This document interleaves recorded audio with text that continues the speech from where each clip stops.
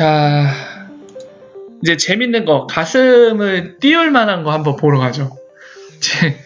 저희 진짜 우리 빵형은 일부러 노리는 건가? 좀 거시기 해요. 꼭 이럴 때 설레게 한단 말이야, 꼭. 자, 빵형 찾으러 갈게요. 빵형.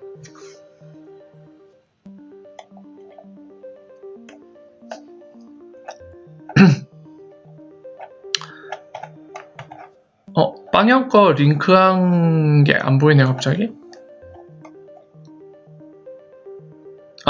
예. 아까 말씀드린 보죠. 빵형이잖아요, 요 사람. 빵. 여기도 써있죠, CEO라고, 리플. 그 얘기도 했어요. 그 패널로 나와서 이 얘기를 했거든요. 예, 뭐라고 했냐면, 레귤러터리. 그러니까 그 규제가 확실해지면은, 그러니까 규제가 확실해지는 것은 그러니까 거대한 능력이 있다고 했는데, 그러니까 어떤 걸 가능하게 할 큰 잠재적인 능력이 있다는 거죠. 뭘 얘기했냐면, 빵형의 개인 의견이에요.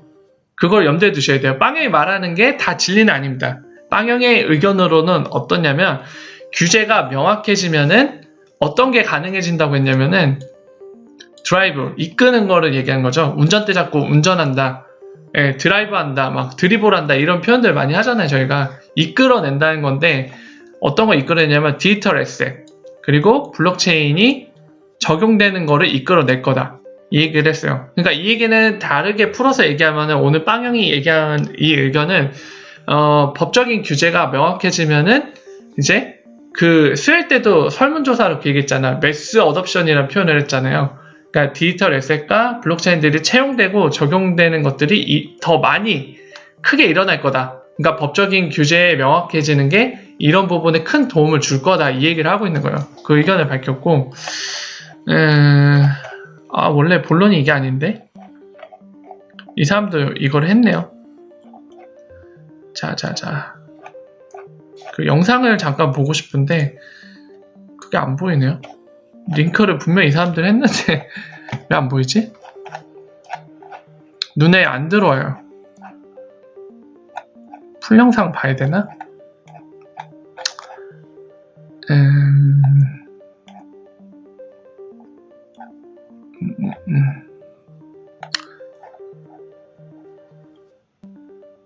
이거 다 보면 시간이 너무 걸려. 딱 그 부분만 봐야 되는데 사람들이 오늘 되게 뜨겁게 반응했거든요. 근데 왜 안 보이지? 되게 당황스러운데?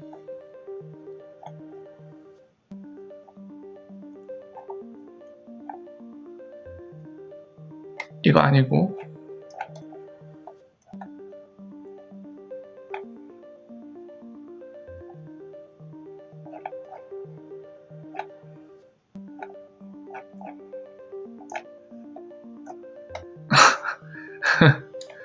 진짜 당황스럽다. 직접적으로 찾아야겠네요. 보일 줄 알았는데 안 보이네.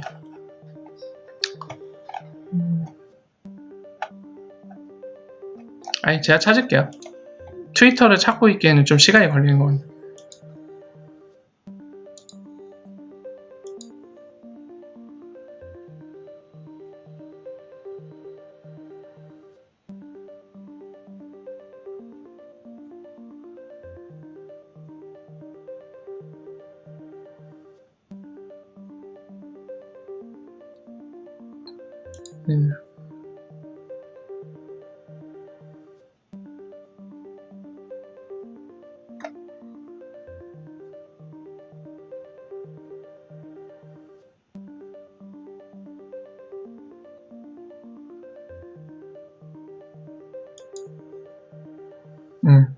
지금 얘기한 게 그거거든요.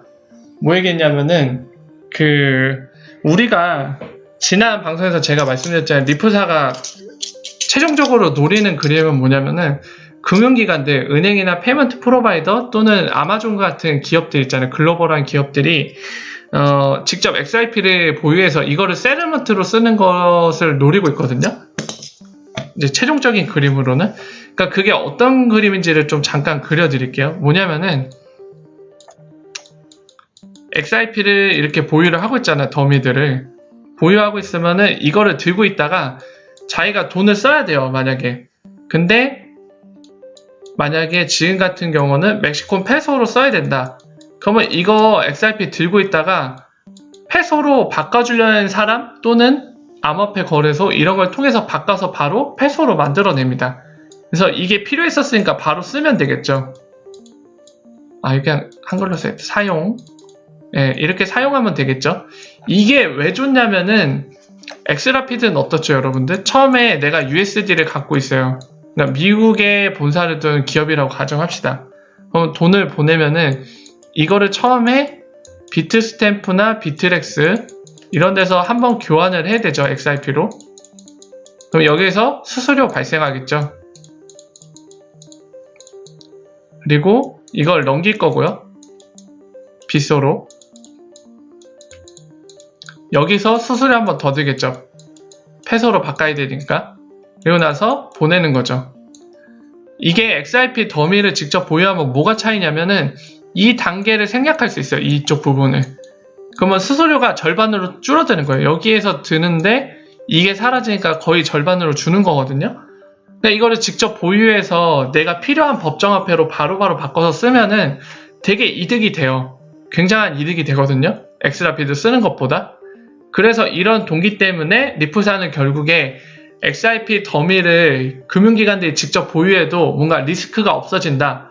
그럼 리스크가 없기 때문에 얘네들은 직접 보유를 할 것이다. 그 이유는 지금 보시는 것처럼 엑스라피드도 40%에서 70% 효율이 더 높은데 그거보다 효율이 더 높은 직접 보유해서 쓰는 방법을 채택을 할 것이다. 이 얘기거든요.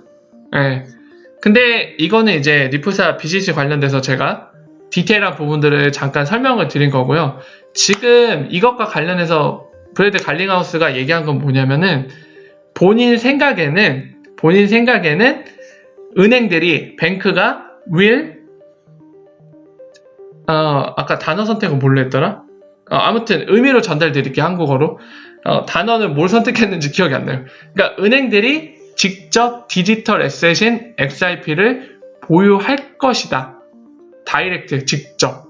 다이렉트리라고 했거든요. 직접 보유할 것이다. 이 얘기를 했어요. 근데 시기를 내년 이렇게 잡아서 얘기를 했어요. within year라고 했거든요. 그럼 내년이면 2019년이잖아요.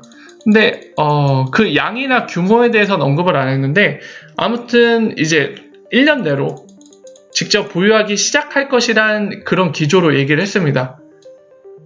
저는 이 2단계 그림이 생각보다 더 걸릴 줄 알았는데 되게 땡겨서 얘기했어요. 이번에 컨퍼런스 때. 그게 되게 놀랐어요. 그래서 그걸 들으면서 이 사람이 또 내 심장을 자극시키네 이 생각이 들었거든요. 그 얘기를 했어요. 근데 재밌는 거는 몇 가지 더 이제 약간 재미난 에피소드가 있는데 뒷부분 잠깐 더 볼까요? 재밌는 얘기들 많이 해요. 이 옆에 있는 사람 IMF 직원이라고 했잖아요.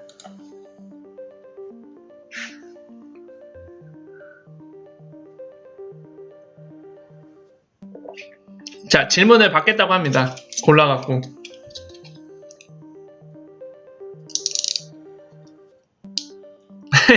지금 질문은 뭐냐면요.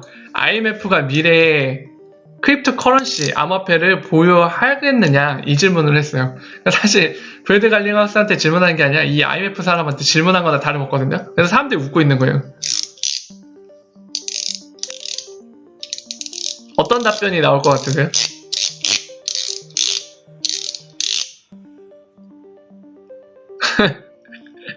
말하기가 되게 웃겨. 장난질을 쳐요 자꾸.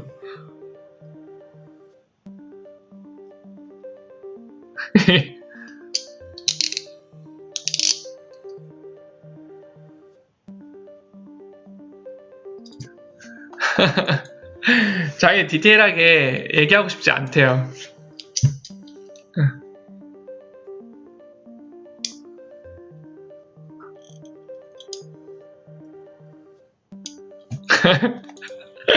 지금 되게 웃긴데 그냥 예를 들어서 되게 우회적으로 표현했어요. 뭐 어떤 나라들은 지금 크립토 커런시를 채용하고 있다 뭐 이런 식으로 얘기를 했거든. 둘러댔어요. 그냥 답변을 못하니까.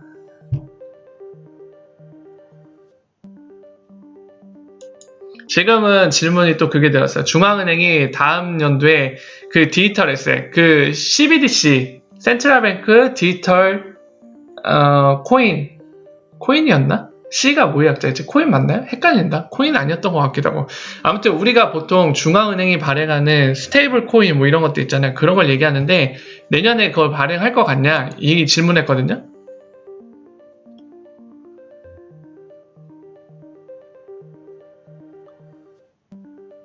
아, 퓨가 들어갔네. 몇 년 내로라고 질문했어요.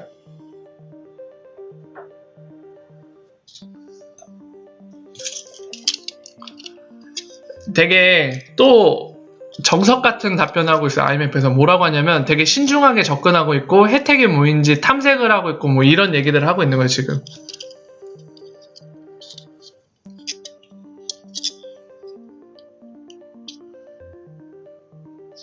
지금은 베네핏이 없다.